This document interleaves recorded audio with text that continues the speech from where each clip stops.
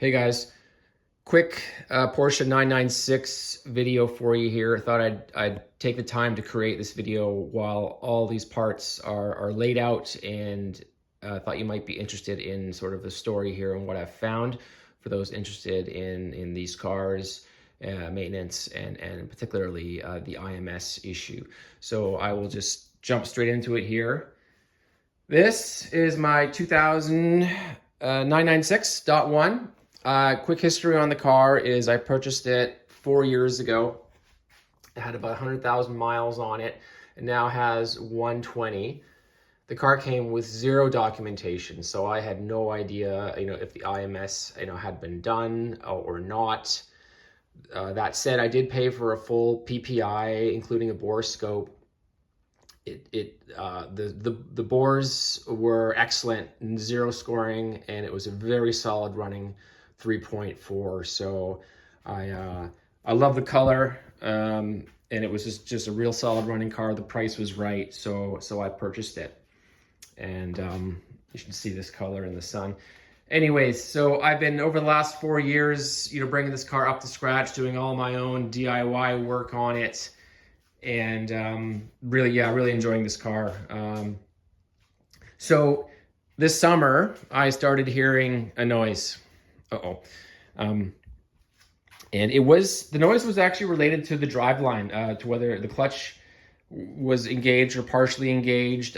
My thought was, could I have a dual mass flywheel going bad?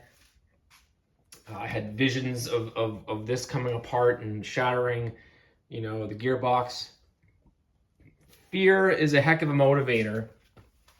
And to my finding here, this throwout bearing is in really bad shape. So I believe that's the source of the noise. So, in my mind, that's good news. It's a heck of a lot of work to arrive, at this stage.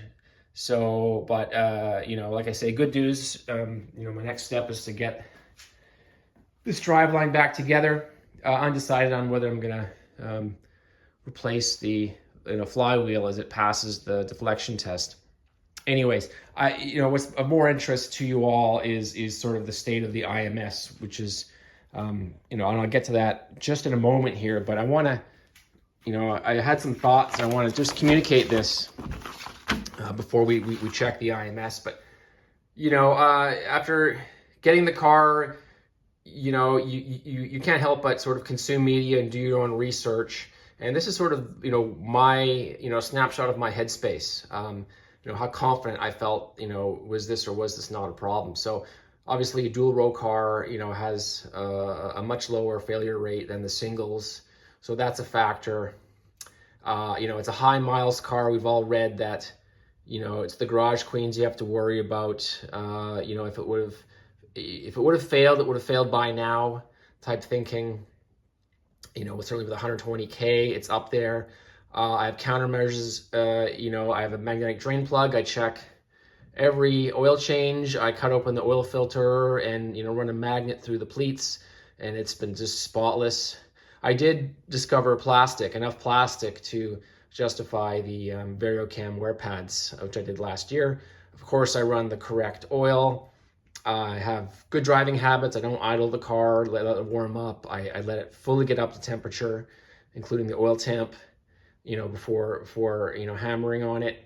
I was not doing the oil analysis. I know some of you, habitually send samples off and look for changes and trends, but really this is just sort of a, kind of where my headspace was, and why I've been driving this car for the last 4 years, with a unknown IMS. And frankly, I was almost, willing to let it, roll the dice, but this clutch condition sort of led me here. So let's just, without further ado, dive under the car and I'll show you, what I found. That was me. I don't have a lift.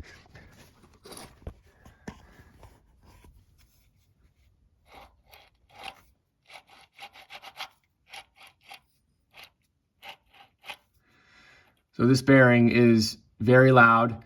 It feels sandy and gritty as you turn it. And there's a little bit of movement on the inner race. So this bearing is definitely in the process of failing. I think without a doubt, it's been shedding metal, inside the engine for some time that I haven't been able to, to pick up, with what I've been, how I've been trying to inspect the car. So this is, very, very concerning. For those that are interested, this IMS flange appears to be aftermarket. This is a machined flange. There's no markings on it. It looks definitely aftermarket. It came with a Torx or an E-type Torx center nut. This sort of little flange here, or I don't know if this is a snap ring. It's kind of mangled, but really, I mean, that's even almost more scary because, the assumption there would be, the previous owner, original owner, may have done the IMS at the first clutch job, say at 50,000 miles. So that IMS could only be, 60, 70K, 1,000 miles old, and that's the condition it's in. So yeah, I just wanted to really communicate this situation with all you enthusiasts and owners, that maybe perhaps a cautionary tale, to